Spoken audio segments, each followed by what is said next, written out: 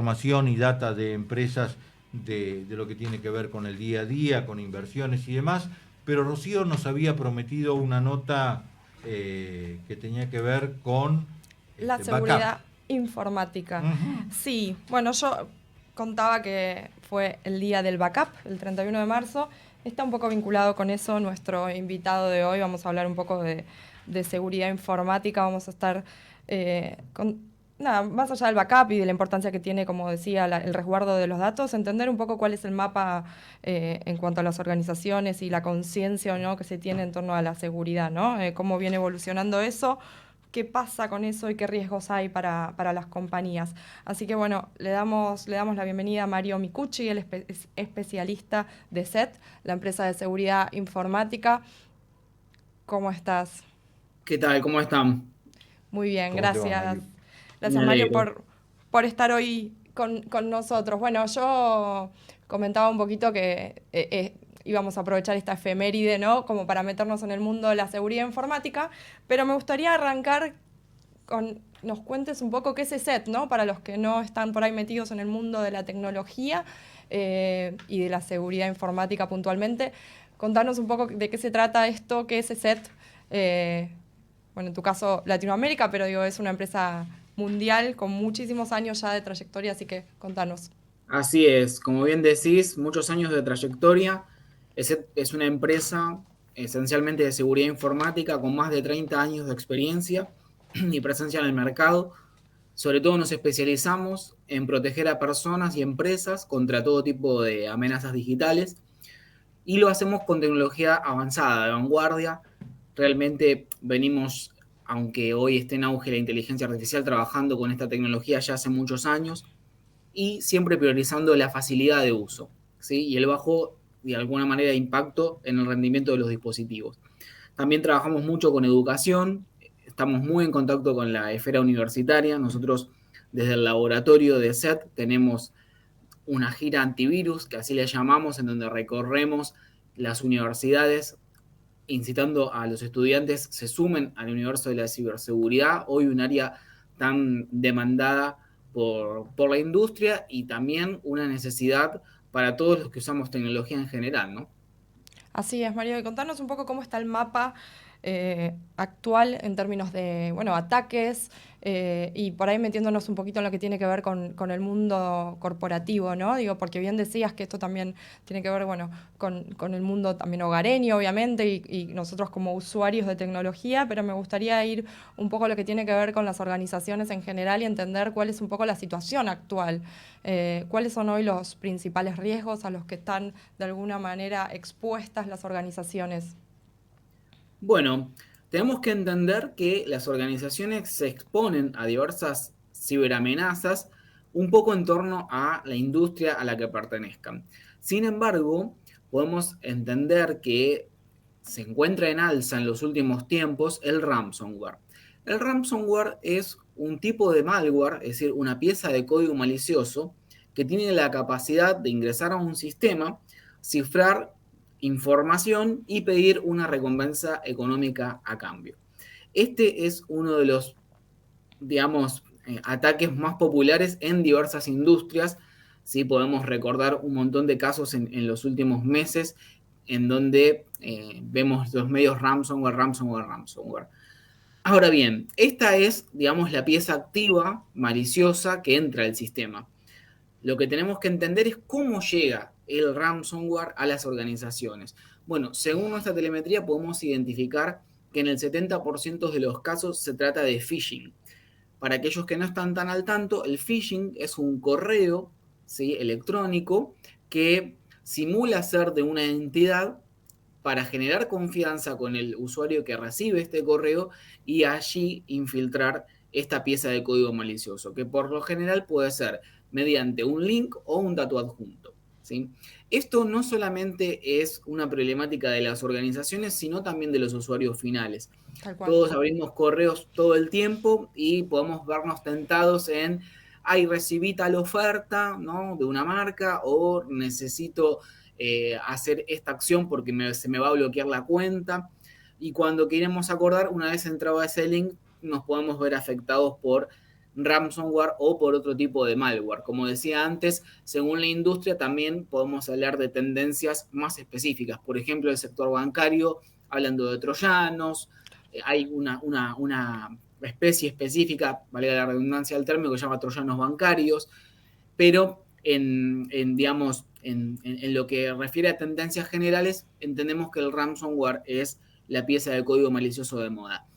Después podemos hablar de otras generalidades que se presentan como una tendencia, en donde está el ataque a la cadena de suministros, es decir, organizaciones que proveen un servicio a la comunidad, estamos detectando que están siendo atacadas, ya sea por este tipo de código malicioso que mencionábamos antes, como el ransomware, o bien la explotación de vulnerabilidades. Es otra de las circunstancias que podemos advertir. ¿Qué implica esto, Mario, desde el punto de vista de las consecuencias que tiene este tipo de ataques si no se detectan a tiempo, si no hay una estrategia de prevención por parte de la organización? ¿En qué puede desencadenar? Bueno, en principio es en daños. El tema es que estos daños están diversificados. Podemos entender que las organizaciones que sufren este tipo de ataques padecen problemas de confianza porque, por lo general, una vez que una empresa fue atacada, todos los clientes de esa empresa, bueno, desconfían. Es decir, que las empresas pierden reputación, Tal cual. lo cual no es un dato menor, ya que las empresas, las organizaciones se nutren de los clientes, básicamente. Entendamos clientes barra usuarios, ciudadanos, si estamos hablando de organismos de gobierno, ¿no? Uh-huh.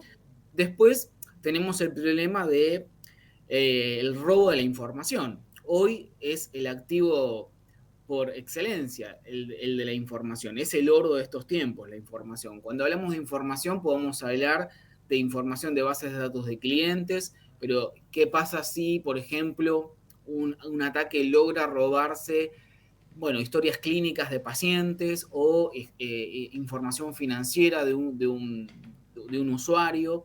Bueno, para que tomemos la dimensión del tipo de problemáticas que estamos hablando, ¿no? Hay algo que se presenta como una tendencia también por parte de los cibercriminales, que es la extorsión. Una vez que los cibercriminales roban esa información, no solamente extorsionan a las compañías para, digamos, recibir recompensas económicas, sino que esa información que roban también la venden en lo que se conoce como la dark web, ¿no? Que es esa parte de Internet en donde se goza de cierto anonimato. Es decir, que son muchas las consecuencias que surgen a partir de un ciberataque, ¿no? Consecuencias que se traducen en pérdidas millonarias, ¿no? En muchos casos, si pensamos en una compañía. Y ahí en ese caso, ¿cuál es un poco la propuesta que tienen como ESET, digo, en términos generales, siendo parte del otro lado de la escena? También hay algo que se ha ido viendo en el último tiempo que tiene que ver con una evolución de y una propuesta por parte del ecosistema de la seguridad informática de prevenir, ¿no? Digo, solemos, no solo en esto, sino en general en la vida, solemos reaccionar cuando nos pasa algo de alguna forma. Bueno, ¿cuál es un poco la propuesta de una compañía como ESET ante este panorama donde hay una proliferación de ataques, donde los riesgos aumentan y donde claramente tiene que haber una estrategia que tenga que ver con la prevención y no de alguna forma con esto que yo decía de reaccionar a partir de algo concreto que ya no sucede, ¿no? Totalmente. Bueno, en principio es importante saber a quiénes nos estamos enfrentando, ¿sí? Conocer a los ciberatacantes. Muchas veces se tiene la imagen de Hollywood, ¿no? Del ciberatacante en un cuarto oscuro con una capucha. Bueno, eso está bastante lejos de la realidad. Lo cierto es que hoy las organizaciones cibercriminales son tan sólidas como las empresas, es decir, que tienen tanto presupuesto como cualquier empresa formal. Incluso tienen empleados a los que les dan vacaciones y bonos, es decir, que no estamos hablando de organizaciones improvisadas, ¿sí? Bueno, esto es un llamado a la conciencia, es decir, que nos estamos enfrentando con organizaciones dedicadas al cibercrimen. Hoy podemos hablar de que solamente de ransomware la última facturación superó los billones de dólares a nivel global, con lo cual estamos hablando de personas y organizaciones bien formadas. Una vez que se toma conciencia de esto, bueno, es importante hacer conciencia interna. Nosotros anteriormente decíamos que el 70% de los casos detectados de los ciberataques se dan por phishing. ¿Qué quiere decir esto? Que bueno, dentro de las organizaciones hace falta concientización, hace falta que los colaboradores de las organizaciones estén entrenados para poder detectar un phishing. No basta con tener soluciones de seguridad de tecnología avanzada, no basta con tener personal capacitado en ciberseguridad si yo no tengo a mis colaboradores bien entrenados. Esto suele ser un problema en las organizaciones, sobre todo organizaciones grandes, ¿sí? Que tienen muchos colaboradores, que quizás tienen áreas que no necesariamente son técnicas. Imaginemos una persona de marketing, una persona contable que no necesariamente tiene que saber de tecnología. Bueno, ese es un punto de entrada fructífero para un atacante si ese colaborador no está bien entrenado, ¿no? Entonces es importante hacer la conciencia porque es una manera de prevenir. Si yo tengo a mi colaborador bien capacitado, bueno, puedo que este colaborador, al llegar un correo potencialmente malicioso, pueda detectarlo. Después, obviamente, hay distintos niveles de madurez. Si yo ya tengo buenas capas de seguridad, tengo a los colaboradores entrenados, bueno, puedo pasar a otro nivel de madurez en materia de ciberseguridad aplicando estrategias, por ejemplo, como se llaman de confianza cero o zero trust, y bueno, ir implementando estándares de seguridad en base a la industria en la que estoy trabajando y así siguiendo, ¿no? Como podemos observar, cuando hablamos de ciberseguridad, hablamos de un esquema integral de soluciones y no de una única solución. ¿Cómo ves a las empresas? Pensemos en las empresas de Argentina, por ejemplo. Podemos hablar de un nivel de madurez mayor si la comparamos con años anteriores, está evolucionando en ese sentido. ¿Qué relevancia tiene hoy el líder de seguridad al interior de una compañía? Por eso también es una temática que creo que es importante mencionar en esto de, bueno, qué relevancia se le da al área, con quién se sienta a negociar, digo, la importancia de una inversión en términos de seguridad al interior de una compañía. ¿Cómo estás viendo eso? ¿Cómo están viendo eso desde SET, no? Claro, es un punto interesante, ya que hay una figura clave dentro de las organizaciones en materia de ciberseguridad, que es el CISO, ¿sí? El CISO es básicamente aquel que va a, de alguna manera, negociar entre la industria a la que se esté dedicando, ¿sí? Con respecto a las estrategias de seguridad que se van a aplicar. Es la persona que puede detectar cuáles son las tendencias en materia de ciberamenazas según la industria a la que pertenezca y así siguiendo. Es decir, que es fundamental para una empresa, sobre todo cuando estamos hablando de una organización grande, tener un CISO, es decir, una cabeza responsable de la ciberseguridad de la compañía. Bien, podemos observar que en el último tiempo las empresas están invirtiendo, ¿sí?, cada vez más en este tipo de perfiles, ya que son perfiles claves, perfiles estratégicos, porque no solamente pueden prevenir, sino que también pueden, o mejor dicho, hacen planes de contingencia. Claro. ¿Qué pasa si cae un ransomware en la organización? Bueno, por lo general, las organizaciones entran en desesperación, porque es, nos atacaron, ¿qué hacemos? Bueno, ante esa circunstancia, el CISO es el que dice, tenemos un paso a seguir, sí, nos atacaron, ¿sí? Esto ya, tener un paso a seguir, un plan de contingencia, ya da relajación. ¿Por qué? Porque ante la eventualidad de ser atacados, tenemos cómo proceder. Y esto es fundamental. Y esto no lo hace un especialista en ciberseguridad, no lo hace aquel que administra las soluciones de seguridad, sino que lo hace el CISO, la cabeza de ciberseguridad dentro de una organización. Si bien es cierto, podemos entender, vemos de hecho que cada vez esta figura está más presente en las organizaciones, todavía hay mucho que trabajar.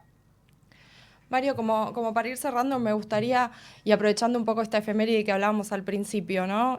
Algunas sugerencias, recomendaciones para usuarios, para compañías que tengan que ver con esto, que, bueno, de la relevancia que tiene la protección de los datos, el resguardo, ¿no? Esto que significa hacer backup de alguna manera de los datos. Vos mencionabas la importancia que tienen los datos. ¿Cómo se los puede proteger? ¿Por qué es importante de alguna manera hacer un backup? Bueno, es muy interesante lo que mencionás y nos lleva a reflexionar sobre qué valor tiene nuestra información. Sin dudas, no es lo mismo una foto de un momento que no puedo recuperar, como las vacaciones o un cumpleaños de 15 de un familiar, por ejemplo, que la lista de compras del supermercado. Y sigue siendo información. Entonces, el primer paso es clasificar la información. ¿Qué es lo que yo considero que es importante y lo que no? Una vez que yo entiendo qué es lo importante para mí, entonces ahí voy a hacer un backup de la información. Hay múltiples estrategias para hacer backup, desde las más sofisticadas hasta las más simples, como decir, bueno, voy a tener un disco duro en donde ahí voy a tener respaldadas las fotos, por ejemplo, o lo que yo considere relevante. Y de esto es importante hacer más de una copia, ¿sí? Porque ¿qué pasa si ese disco duro se rompe? Bueno, entonces tengo que tener la información guardada allí y en la nube, por ejemplo. ¿Sí? Claro. Entonces la tengo respaldada 2 veces. Sobre esto es importante, insisto, categorizar la información, porque yo suelo ver que, por ejemplo, en la notebook de una persona o en el móvil de una persona hay información de todo tipo y está todo mezclado, desorganizado. Entonces es importante ser organizados para saber qué es lo importante y qué es lo que no es importante. Después, por el otro lado, tenemos otro tipo de prácticas, como por ejemplo tener el software actualizado. ¿Sí? Hay muchas veces que las personas les da fiaca, les da pereza tener las actualizaciones hechas, y esto es muy importante porque las actualizaciones no solo agregan funcionalidades a las aplicaciones, sino que también arreglan problemas de seguridad. Entonces es importante tener las actualizaciones. Y después, por el otro lado, bueno, contar con soluciones de seguridad, ¿no? Porque hay muchas veces que nosotros podemos estar distraídos y por más que estemos entrenados a abrir, por ejemplo, un correo o abrir un mensaje que es potencialmente malicioso, si yo tengo una solución de seguridad, la solución puede funcionar como una segunda línea de defensa, ¿sí? Si entendemos que la primera línea de defensa somos nosotros, que somos los que tenemos que estar atentos, y evitar así caer en un, por ejemplo, mensaje malicioso, que por otra parte no solamente llegan por correo, este tipo de mensajes nos pueden llegar por WhatsApp, nos pueden llegar por mensaje de texto, nos pueden llegar por cualquier sistema de mensajería, por ejemplo el de las redes sociales, ¿no?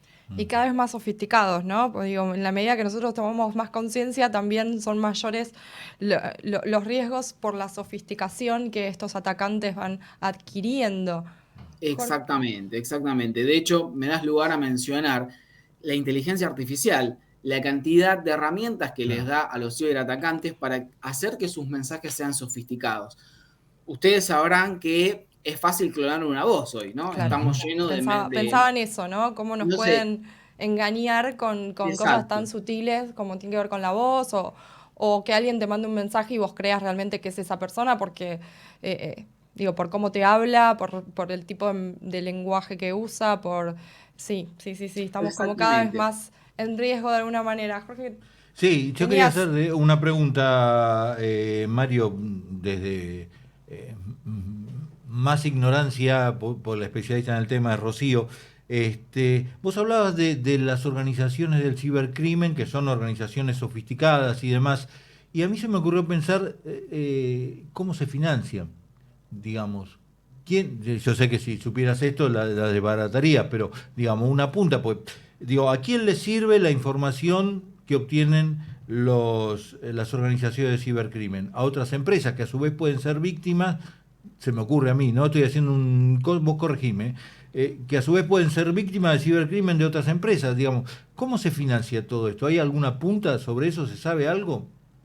Mira, hace unos años hubo una banda cibercriminal que operaba en la dark web, insisto, es este espacio de internet que da cierto anonimato, y se exfiltraron ciertos documentos que daban cuenta de cómo trabajaba esta banda, ¿no? Mm, Bueno, es un modelo de negocio, básicamente. Así como existe cualquier modelo de negocio, este es uno más. ujú. Hablando del ransomware, porque son varios modelos de negocio, pero el más popular es el del ransomware. Bueno, un grupo de personas inicialmente genera esta pieza y van sumando afiliados, ¿sí?